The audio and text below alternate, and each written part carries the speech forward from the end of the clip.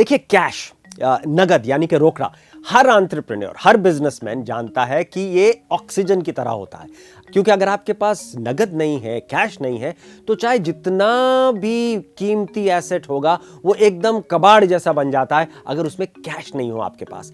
इसीलिए जब 2014 में मोदी जी की सरकार आई थी, तब मैंने कहा था कि एक टार्प लाइक प्रोग्राम, TARP, मैं आपको समझाऊंगा वो क्या है। TARP लाइक प्रोग्राम एक रेस्क्यू प्लान लाइए हमारी इकोनॉमी के लिए, जिससे कि हमारी जिसको हम कहते थे दोहरा balance sheet problem, twin balance sheet problem, यानी कि वो बैलेंस शीट जो बैंक्स में प्रॉब्लम थी और जो ऑपरेटिंग कंपनीज में प्रॉब्लम थी, वो दोनों ट्विन बैलेंस शीट प्रॉब्लम हम सॉल्व कर सकते थे। लेकिन तब तो खैर सरकार ने हमारी बात नहीं सुनी। लेकिन अब मैं कहता हूं कि अगर IL&FS की जो प्रॉब्लम है, जिससे इतना भारी नुकसान हुआ है इकोनॉमी में, अगर आप उसको थामना चाहते हैं, उस प्रॉब्लम को कंट्रोल करना चाहते हैं, तो आपको एक मिनी टार्प लाना एकदम आवश्यक है। तो अब आपको समझाने के लिए मैं थोड़ा इतिहास में जाना चाहूंगा। सितंबर 15, 2008 को लीमन ने बैंकरप्सी, अपना दिवालिया निकाल लिया था अमेरिका में।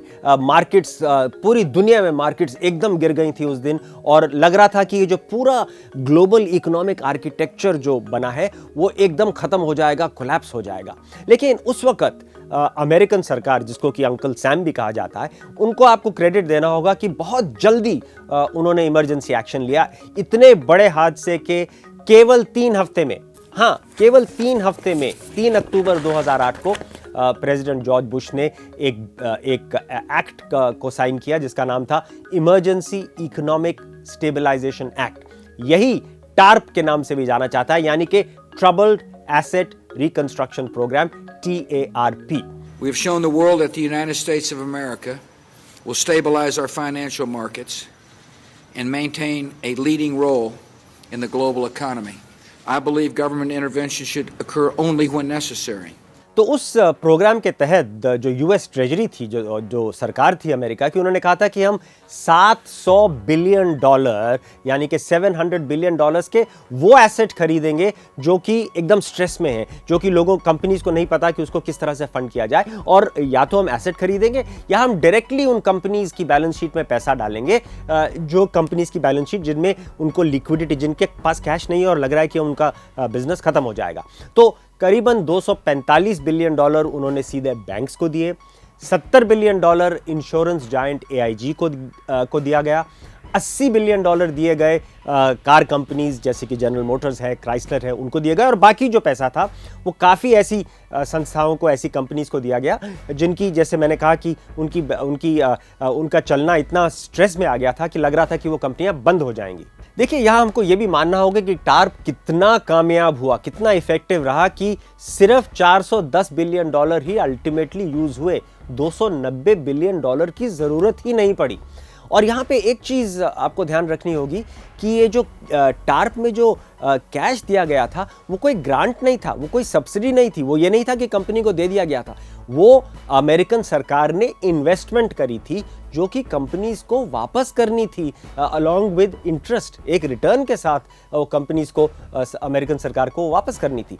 उस वक्त के कांग्रेशनल बजट ऑफिस ने ये अंदाज़ा लगाया था कि देखिए, इस $700 बिलियन में से $356 बिलियन है, शायद कंपनियां वापस नहीं कर पाएंगी। तो उन्होंने क्या कहा था कि इसको हम राइट ऑफ कर देंगे, ये हम मान लेंगे कि ये पैसा कभी वापस नहीं आएगा, $356 बिलियन। लेकिन वो खुश थे, वो पूरी सहमति से उन्होंने ये बात मान ली थी कि ये पैसा वापस नहीं आएगा, क्योंकि वो चाहते थे कि उनकी जो इकोनॉमी है वो बच जाए। पैसा भले वापस ना आए, लेकिन पूरी अमेरिकन इकोनॉमी और ग्लोबल इकोनॉमी बच जाए। वो जानते थे कि इमीडिएट डॉलर्स, एकदम नकद कैश उस कंपनी को देना जिस कंपनी के बैलेंस शीट में बहुत भारी स्ट्रेस हो, उससे किस तरह से वो कंपनी बचाई जा सकती। तो वो जानते थे कि ये मार्केट की साइकोलॉजी है कि वो जैसे ही उसको कैश दिखाई देता है तो वो काम हो जाती है। लेकिन मुझे बहुत ही निराशा के साथ कहना पड़ता है कि मोदी जी की जो इकोनॉमिक टीम है वो इस तरह की मार्केट साइकोलॉजी को बिल्कुल नहीं समझती है। और देखिए, अंत में हुआ क्या।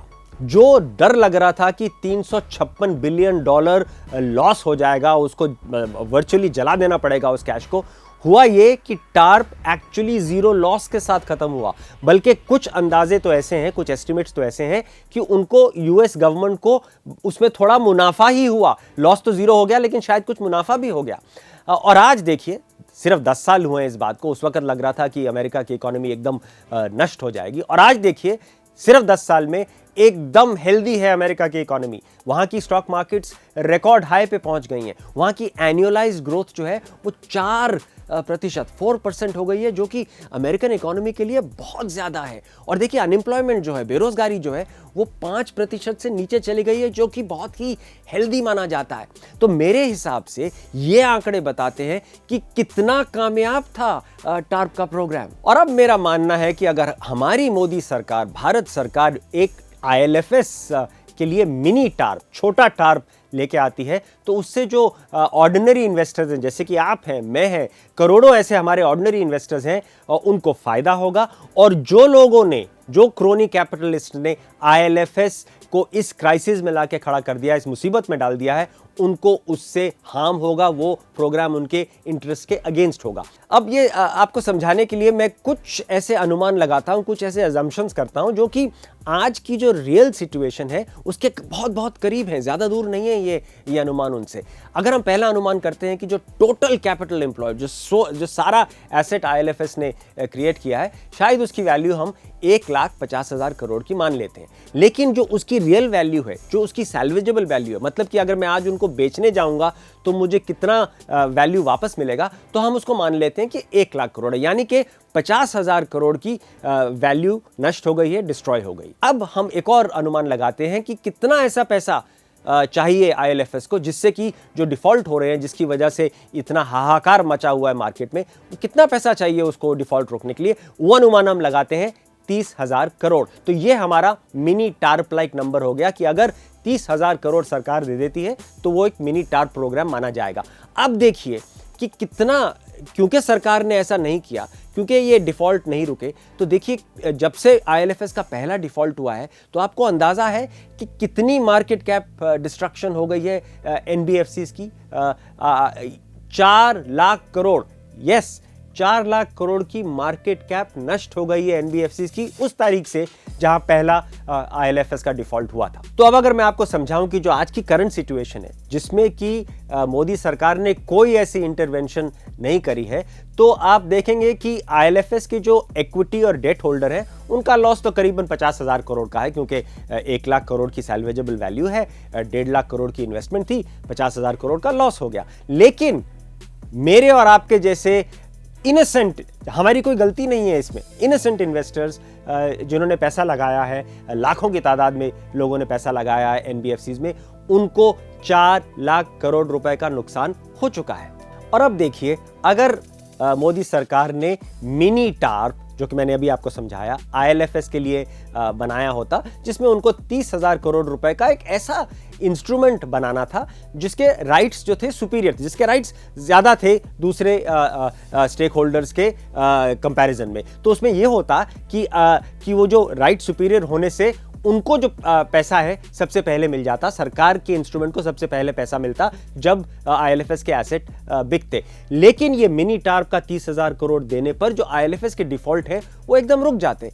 तो इस स्थिति में IL&FS के जो इक्विटी और डेट होल्डर हैं, उनका लॉस 50,000 करोड़ से बढ़कर 80,000 करोड़ हो जाता, क्योंकि 30,000 करोड़ सरकार ले जाती IL&FS को बचाने के लिए। तो उनका जो लॉस है, जिनको लॉस होना चाहिए था, क्योंकि उनकी गलती से उसके इक्विटी होल्डर ने गलती करी, उसकी वजह से ये स्थिति बनी, तो उनका लॉस 50,000 करोड़ से बढ़ के 80,000 करोड़ हो जाता, और जो होना चाहिए था।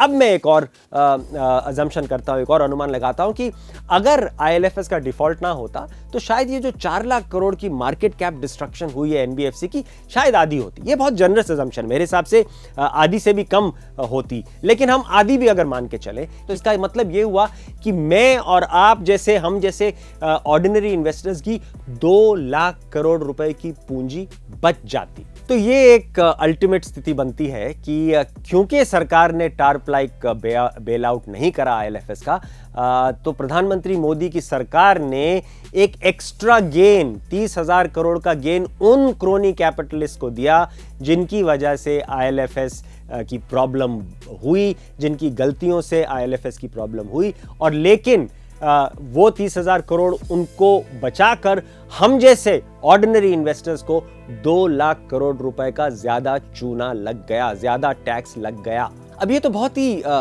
सिंपल सा एक अरिथमेटिक है, बहुत ही सिंपल नंबर मैंने आपको बताए हैं, लेकिन जो आईएएस बाबूस की जो टीम है जो हमारी इकोनॉमिक पॉलिसी को बनाती है, वो इस गणित को समझ नहीं पाएंगे, क्योंकि उनको जो है मार्केट फोर्सेस से बहुत ज्यादा शंका की तरह देखते हैं, उसको बहुत डीपली सस्पिशियस हैं वो लोग मार्केट फोर्सेस के। तो उनको ये सिंपल सा गणित जो है वो समझ नहीं आता है। अंत में तो फिर यही कहना पड़ता है कि ये क्या कर दिया प्रधानमंत्री मोदी जी आपने।